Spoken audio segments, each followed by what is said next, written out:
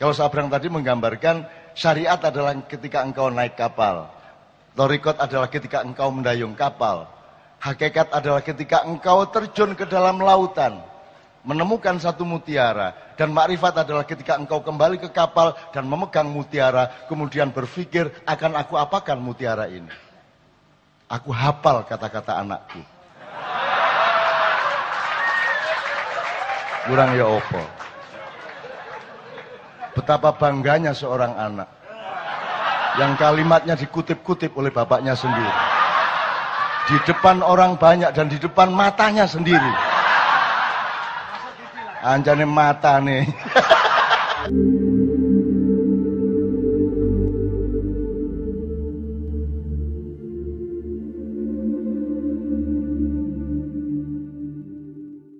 Syariat, thariqat, hakikat, makrifat. Mas, setiap orang boleh berpendapat. Dan pendapat mengenai 4 hal ini bisa beribu-ribu. Dan tidak usah berdebat satu sama lain. Karena setiap orang boleh membangun identitasnya berdasarkan pemahamannya terhadap 4 ini. Saya pribadi tidak pernah bisa melihat bahwa 4 ini adalah tataran atau stratifikasi. 4 ini sebuah sistem. Kalau Sabrang tadi menggambarkan syariat adalah ketika engkau naik kapal.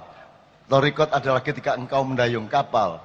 Hakikat adalah ketika engkau terjun ke dalam lautan, menemukan satu mutiara. Dan makrifat adalah ketika engkau kembali ke kapal dan memegang mutiara, kemudian berpikir, akan aku apakan mutiara ini?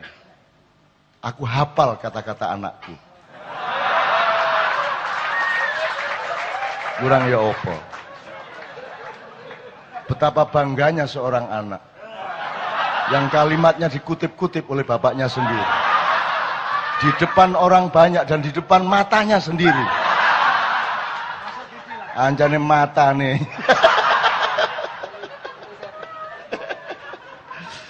Iki tuh pilih setan nih kira. Iki temenan nih. Mas, kalau saya itu sebuah sistem, Mas, tidak ada tatarannya. Ini coba nanti Anda analogkan dengan berbagai macam kasus dalam kebudayaan.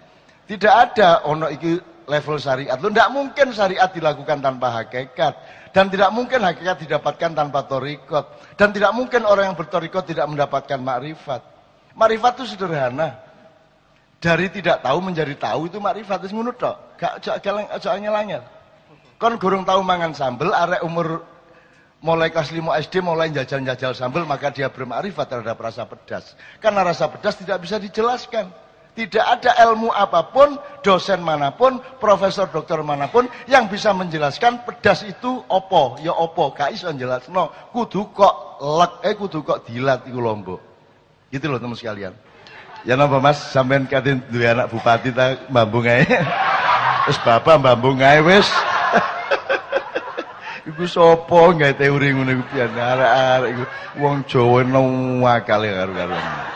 Jadi Mas itu satu sistem Mas, menurut saya. Tapi kalau Anda melihat itu tataran, tidak ada masalah. Tidak ada masalah, bisa juga benar. Bisa begitu caramu berilmu. Begitu, mungkin begitu, rute spiritualmu. Tidak ada masalah juga kalau itu tataran. Kalau saya melihat itu satu sistem, satu bangunan yang merupakan satu rangkaian dialektis. Setiap kali kita mengalami keempat-empatnya, gitu loh, sekaligus. Karena tidak mungkin Anda berthariqat tanpa wujud dan mekanisme syar'i. Kan gitu. Gak iso, kudu nganggo iku. Gelem gak gelem karena Anda masih penduduk bumi. Kalau Anda sudah seperti saya, itu kadang iya, kadang tidak ada masalah. Karena saya tidak pernah melihat bumi dari bumi, saya selalu melihat bumi dari atas bumi. Maka aku bisa melihat segala sesuatu yang terjadi di bumi sebagai barang kecil-kecil yang lucu-lucu. Nah, tak kayak padanan sedikit. Anda kenal jadi gini, kalau orang Jawa iku nek ngomong karo konco kan meso gak masalah, kon gak masalah. Tapi kon karo ibumu wani kon ngomong kon. Karo mbokmu. Mbok kon ya apa sih, Mbok? Yamene gurung gawe kopi. Wani kon ngomong ngono. Apakah itu feudalisme? Bukan, itu rasa, kata Sabrang tadi. Rasa. Kamu tidak perlu mempelajari kebudayaan, tapi kamu punya rasa bahwa kalau sama ibu, pasti memilih kata-kata yang lebih khusus dan sikap badan yang lebih khusus dan perilaku yang lebih khusus karena kepada ibumu. Demikian juga mungkin kepada Pak Lurah, kepada orang yang lebih tua, kepada teman yang agak lebih senior, kamu juga tidak bisa kon. Jadi itu bukan feodalisme. Jadi kalau ada ngoko, kromo madya, kromo inggil itu bukan feodalisme. Itu ekspresi rasa orang Jawa yang sangat peka terhadap tekstur dari hati manusia.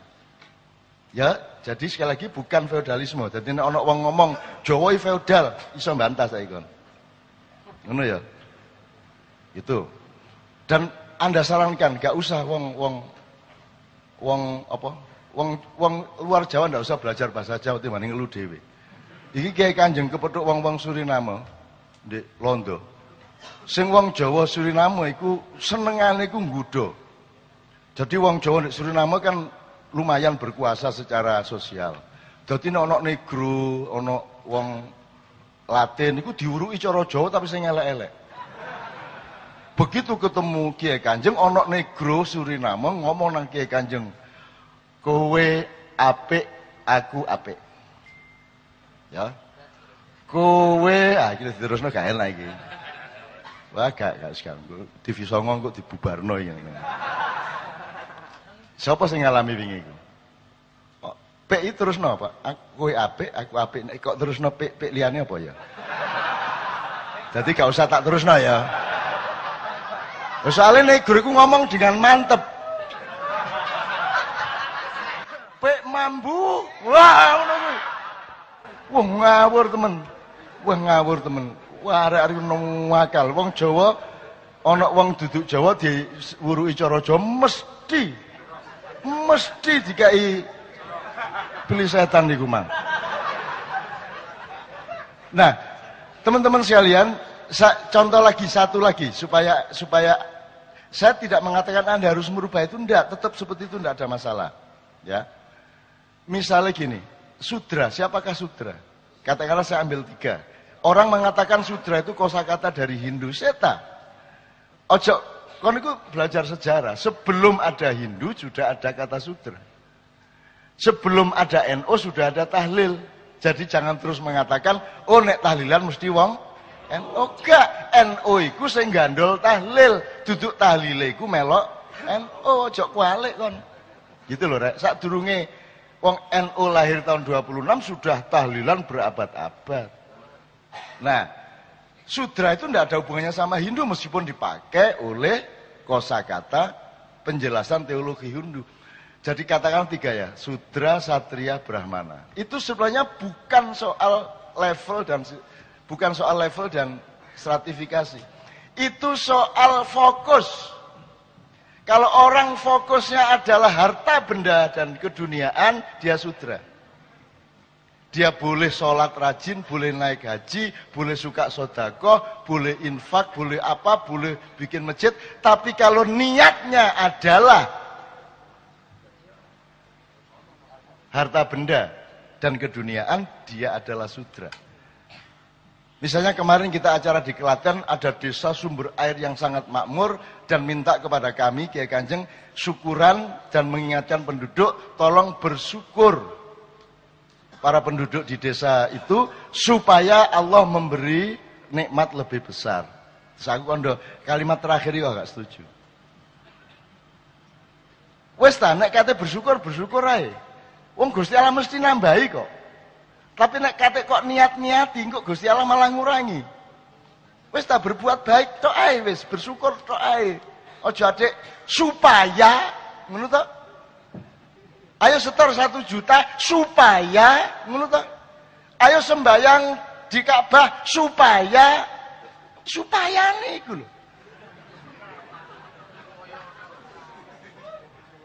Ayo lunga kaji supaya ngono to. Lho kan itu tujuanmu duduk lunga kaji berarti. Kata setelah supaya iku mah. Lunga kaji me alat. Padahal lunga kaji itu harus menjadi fokus. Karena disitulah engkau bertemu dengan sangat private dengan Allah Subhanahu Wa Taala. Soal supayane urusannya Gusti Allah. Ayo rek umroh cek gak sida ditangkep KPK. Lah ngono sih. Jadi umroh hanya alat, itu namanya sudra. Jelas ya? Nah, kalau kesatria adalah orang yang fokus hidupnya adalah perjuangan sosial. Mengabdi kepada orang banyak. Kayak ombudsman itu adalah satria-satria. KPK, satria-satria. Pejabat-pejabat seharusnya mereka satria-satria. Tapi banyak pejabat yang sudra. Nah, Brahmana apa? Brahmana adalah orang yang fokusnya taat kepada Allah. Akibatnya karena dia taat kepada Allah, maka dia harus punya identitas satria. Dia harus melayani orang banyak. Karena tidak mungkin dia melayani Allah sendirian, terus tidak melayani orang banyak. Sehingga kalau Anda fokus kepada Allah, Anda menjadi Brahmana, ya, maka Anda otomatis akan menjadi satria. Dan otomatis Anda tidak perlu jadi sudra, tapi pasti mendapatkan kesejahteraan. Itu yang saya sebut keris, pedang, pacul. Nek kon lancane hatimu keris temen, makanya Indonesia tanah sing pusaka piye? Pusaka abadi nan jaya. Sekarang coba Presiden sudah jelaskan maksudnya Indonesia pusaka iku apa? Kon jelasno Presiden iso.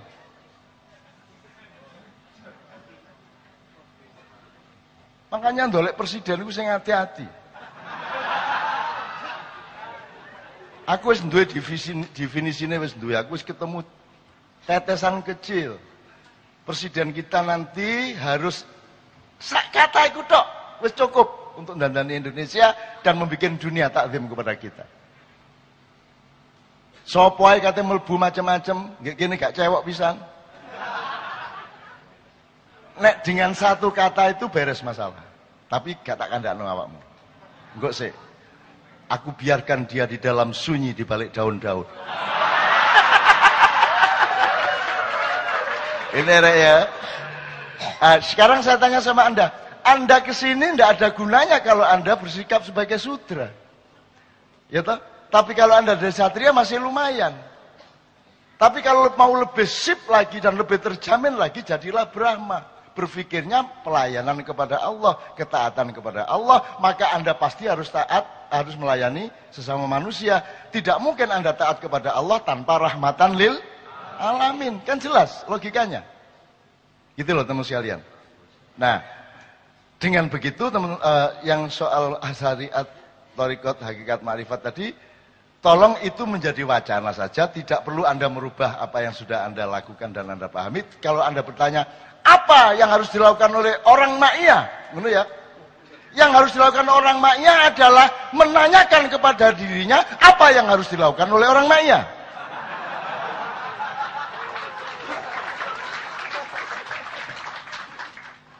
Wis dilatih bertahun-tahun, endingnya takon.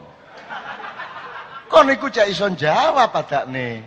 Lah nek kon takon gak perlu kumpul, wis langsung ae SMS-an, Cak, ya apa ngene, ngono tok wis. Gak perlu bang-bang wetan. Karena saya tidak akan melakukan mobilisasi kepada Anda. Kalau di Indonesia ini misalnya katakanlah ada 1000 orang seperti orang ma'iyah di setiap kota, jelas yang apa yang harus dilakukan. Wani aku revolusi. Tapi jumlahmu masih terlalu sedikit, kok liane belum tentu siap. Dan mereka itu kebanyakan sudra semua. Anda kan sudah satria. Bahkan di antara Anda sudah Brahmana. Kalau bangsa Indonesia sudah mengerti bahwa mereka itu seharusnya adalah bersikap kesatria, maka Indonesia gampang, tidak usah diniati revolusi, akan revolusioner dengan sendirinya. Loh, tapi KBJ sudra. Mayoritas itu masih aktaruhum sudra. Kan begitu. Oke.